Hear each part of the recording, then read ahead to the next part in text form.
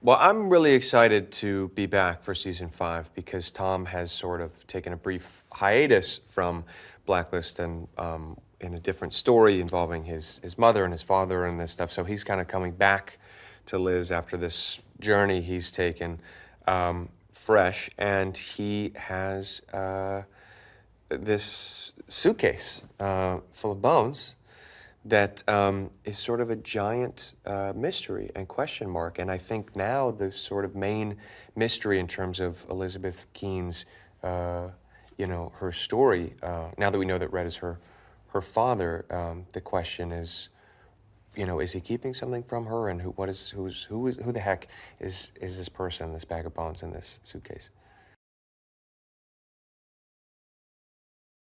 I think this suitcase is definitely going to come between Tom and Red at some point, because obviously Red is always, sort of the one who holding all the cards and pulling all the strings. And I think Tom is trying to pull that curtain back and find out the truth and get to the heart of the matter, because he loves this woman, because he loves Liz, and in an effort to show her the truth. And I think he's wary of Red, and has always been. And Red and Tom have always been kind of at odds with each other. They kind of made this business arrangement a long time ago, and now things have kind of gone where they've gone. And now that Tom knows that Red is Liz's father, it's a whole new dynamic. I mean, it's now the woman that he loves, his wife, essentially. It's her father. It's his father-in-law in a weird kind of way, and that just presents a whole new challenge for Red and Tom in terms of, do they have to get to know each other? Do they have to like each other now? Do they have to play nice? Where does that go?